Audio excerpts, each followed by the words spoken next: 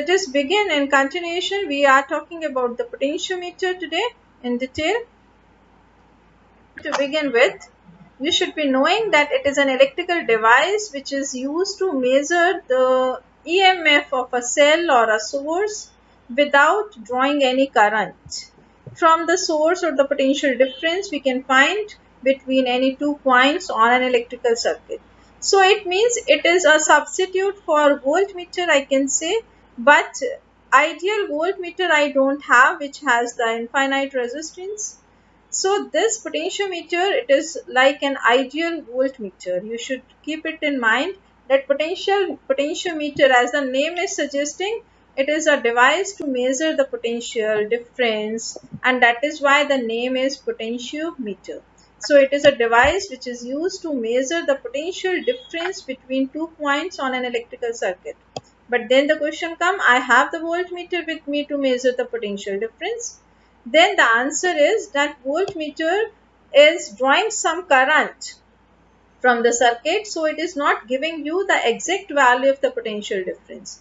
And when we have defined EMF, then EMF is for the open circuit when no current is drawn. So basically this is a device to find the EMF of a cell or a source without drawing any current, or I can use it to find the potential difference also between any 2 points on an electrical circuit. So what is the principle on which it is working? For that you should keep this statement in your mind. This topic of this potentiometer is again very important with you, like meter bridge we have discussed in the previous class.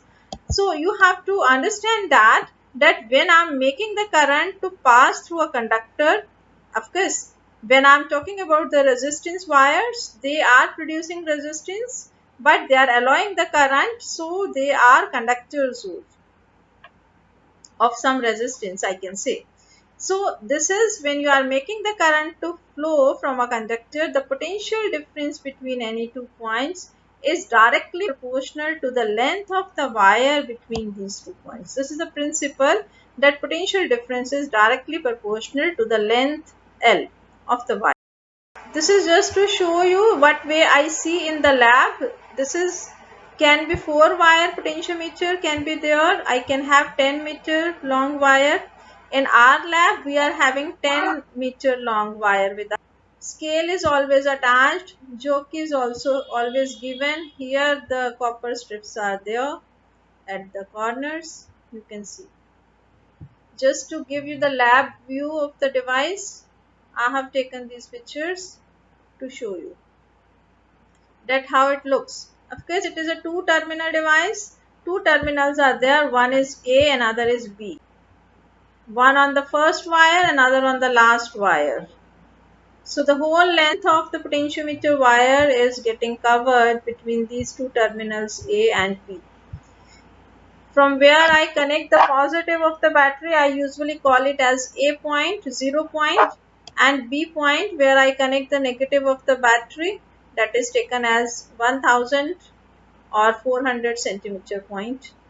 This is for your awareness that how it looks in the lab when I see.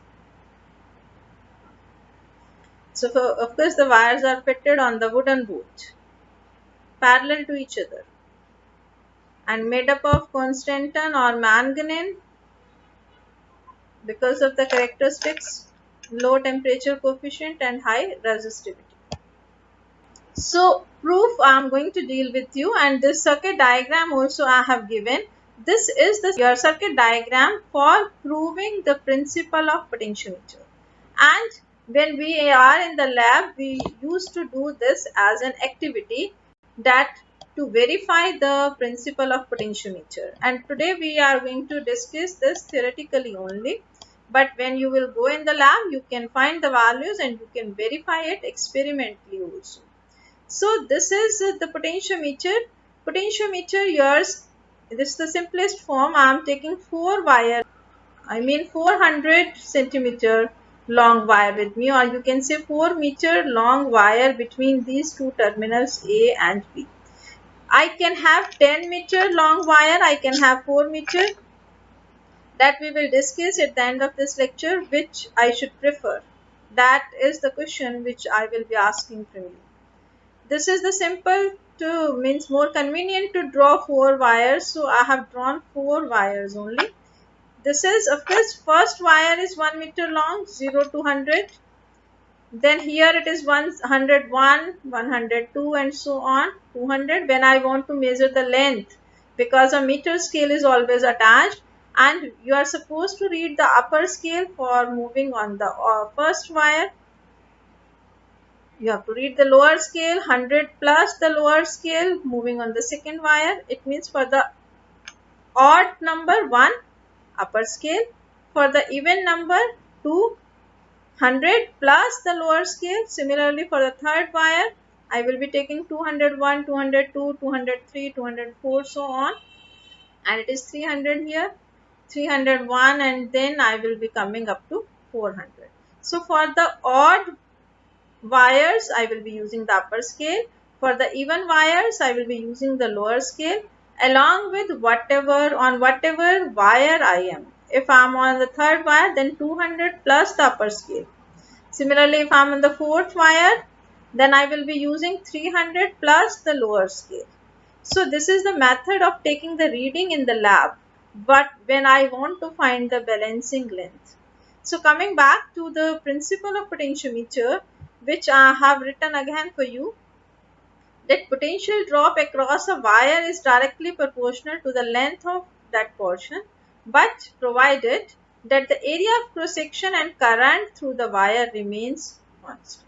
So now what I want to keep, this wire should be of uniform area of cross section. I usually take Constantan wire, or we can take the manganese wire, nichrome, any resistance wire can be taken.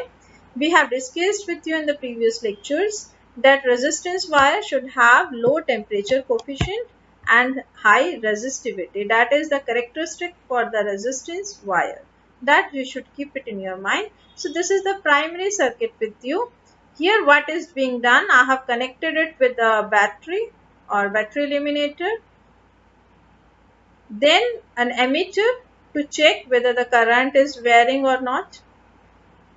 A rheostat we can attach to vary the value of the current if we want to check at different values of current what is happening.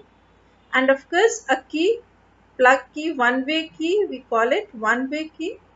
And this one-way key only we can put the key and then the circuit will be on. And of course here in the secondary circuit I have taken simply a voltmeter and a jockey, just to verify the principle of potentiometer, because principle of potentiometer says that V is directly proportional to L. So what I will be doing, I will be keeping this jockey at different lengths. When I have to do it experimentally, I will be pressing this jockey against different points on the wire and I will measure the value on the voltmeter, what value I am getting. And theoretically if I say, then I know that potential difference by Ohm's law, it is given by I into R. R is the resistance and I is the current flowing through the circuit. Then the value of R I can write in terms of resistivity, that is rho L upon A. If L is the length of the wire, this resistance wire, of course potentiometer wire L here, it means here it is 400 centimeter or 4 meter, that is the length of the wire.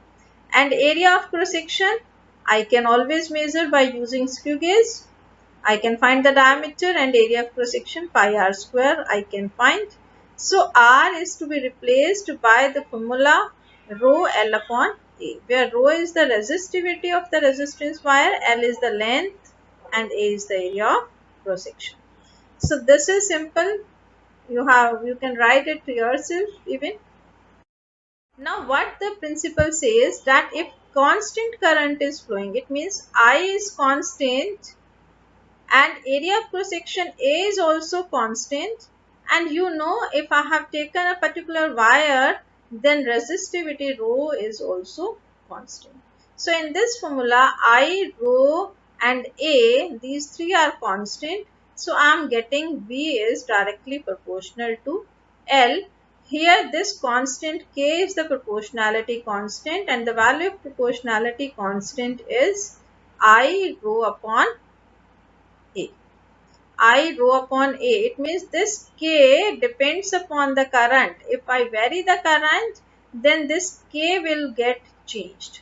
And experimentally, if I take the value of L, this is length L, this is L.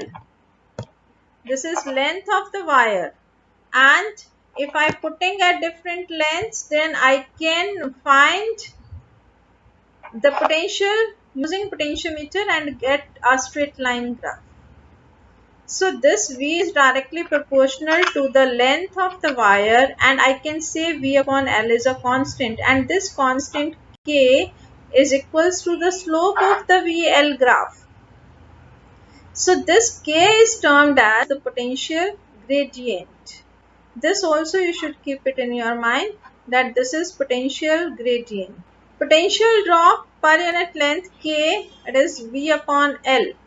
Potential difference divided by the length. If I want to go with the units, it is volt per meter. In the lab when you do, you find the length in centimeters. So you can even write volt per centimeter. So potential gradient K, it is the potential for the given length, unit length of the wire. So if I want to find the potential drop across any length, like for 120 centimeter length, I want to find the potential drop, then I will simply multiply that 120 centimeter with K, and I will be able to get the potential drop across that length. By using this principle, I have learned that V, it is directly proportional to L. This is very important point. These points you should be aware of. Supposingly here I have, this is my primary circuit. I am having a cell or a battery eliminator key. I can of course put the ammeter. I can put the rheostat if I want to change the value of current. If for a fixed current I am putting, I need not put ammeter and rheostat of course. Then here I am putting the galvanometer. With the galvanometer, always you have to put a high resistance box. My resistance box can be of different ranges, 0 to 5000 like we have seen. It can be from 0 to 100 ohm, means I can give the different values of resistances. I can have the micro resistance box in which decimals I can give and 0.1 ohm, 0.2 ohm. But here I will be using the high resistance box in the circuit always, because it is to protect the galvanometer. And it is always joined in series. This is the experimental precautions whenever we make the circuit. And if I want to take a balancing point in between this length AB here is 10 meter long, because in our lab we are having 10 meter long wire. You should be always given in the question whether the wire is 4 meter long or it is 10 meter long, and accordingly you will work out with the things. Galvanometer is of course a device to find the field current. So even if a small amount of current is there, the deflection will be shown. So what it is, you should be aware of these points which I was telling you, that balance point will not be obtained if this EMF of this source C is less than this. So it has to be always greater. So in the lab, when we use the Lagrange cell here, in the battery eliminator, we give 4 volt always. Because in Lagrange cell, we are getting nearly 2 volts. So I will be giving here the voltage should be greater than this voltage. Then only I will be able to get the balance point. Otherwise, I will not be able to get. And second point, which I have already discussed with you, that it is based on null deflection method. So resistance of the wire becomes infinite. So potentiometer can be regarded as an ideal voltmeter. So you can be asked in Viva or otherwise also theory question that why potentiometer is called ideal voltmeter. So this is a reason for saying potentiometer as ideal voltmeter. And this you should be knowing as a precaution that it will always work when this EMF of the source is greater then this, then only it will work. If it is less, then you will not be able to get the balance point. So no balancing length will be able to get. This is, you should be able to define the sensitivity of potentiometer. What do you mean by sensitivity of potentiometer? That is the smallest potential difference that can be measured by the potentiometer. That is its sensitivity. So it means smaller the value of potential gradient, greater will be its sensitivity. So I can increase the sensitivity simply by reducing the value of K, and K is what? V upon L. So if I increase the L, then I can increase the sensitivity, or I can reduce the value of current, because the value of K we have already discussed. In terms of I can write it as I rho upon A. For a given area of cross section, for a given particular wire, it is K is directly proportional to current. So if I reduce the current, then also I am increasing the sensitivity of the potentiometer. So this is also a question with you which can be asked directly, or in Viva also you can be asked that how the sensitivity of potentiometer can be increased. So that is why we do prefer 10 meter wire potentiometer as compared to 4 meter wire, because 10 meter wire potentiometer is more sensitive and it is going to give you good results whenever we are performing the experiment. While with 4 meter wire also we can do the experiment, but the result, it will not be very sensitive with you as compared to 10 meters. So it is always preferred, more number of wires are always preferred. So that is, we are increasing the length of the potentiometer wire. I have taken two questions on the same topic to make the concept clear with you. That first question is saying, a 10-meter long wire of uniform area of cross section and resistance. It means the resistance of the 10-meter long wire is given 20 ohm. Is fitted in a potentiometer board. The wire is connected in series with a battery of 5 volt along with external resistance of 480 ohm. So along with battery, a resistance is also connected, 480 ohm. If unknown EMF E is balanced at 600 centimeter of the wire, like the previous circuit diagram it is, you have to find the potential gradient of the wire and value of the unknown EMF. These two things you have to find. So you see, if I am having the potentiometer wire, the current will be given by the potential difference divided by the effective resistance. So here the potential is given 5 volt and the effective resistance in the circuit will be 480 plus 20 ohm of the resistance wire. So you have to add the both to get the current in the potentiometer wire is coming out to be 0.01 ampere. Now, if you see the potential drop across the potentiometer wire, that is given by current in the potentiometer wire into the resistance of the potentiometer wire, and resistance of the potentiometer wire is 20 ohm. So, the potential drop across the potentiometer wire will be given by 0.01 into the resistance of the potentiometer wire, and it is coming out to be 0.2 volt.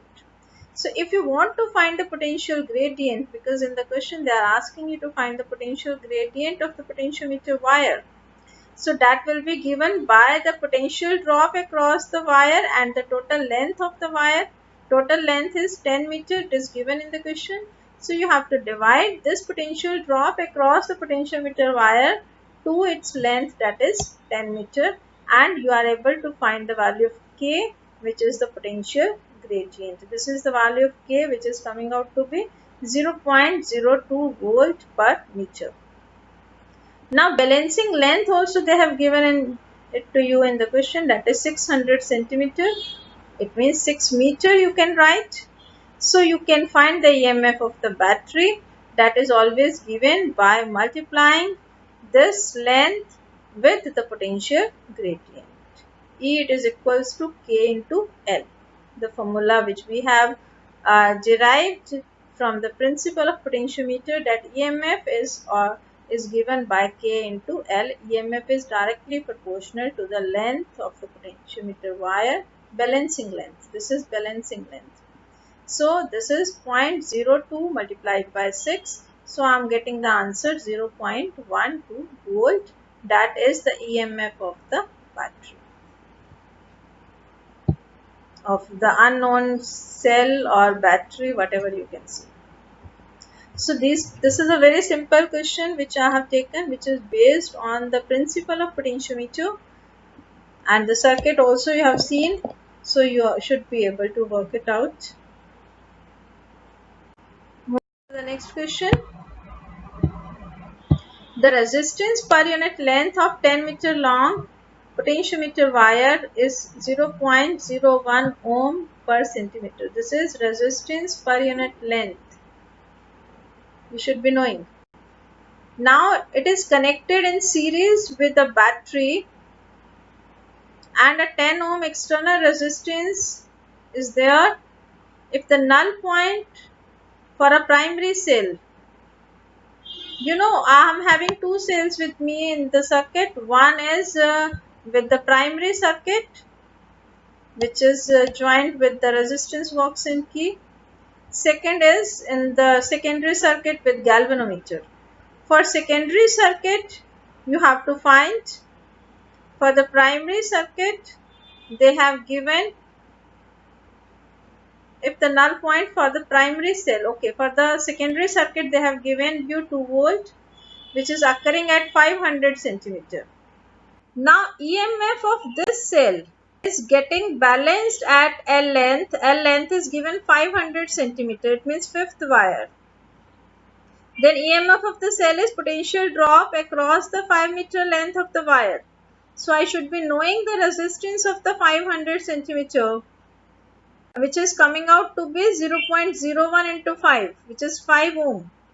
So current I, it is equals to your EMF, which is given of the primary cell.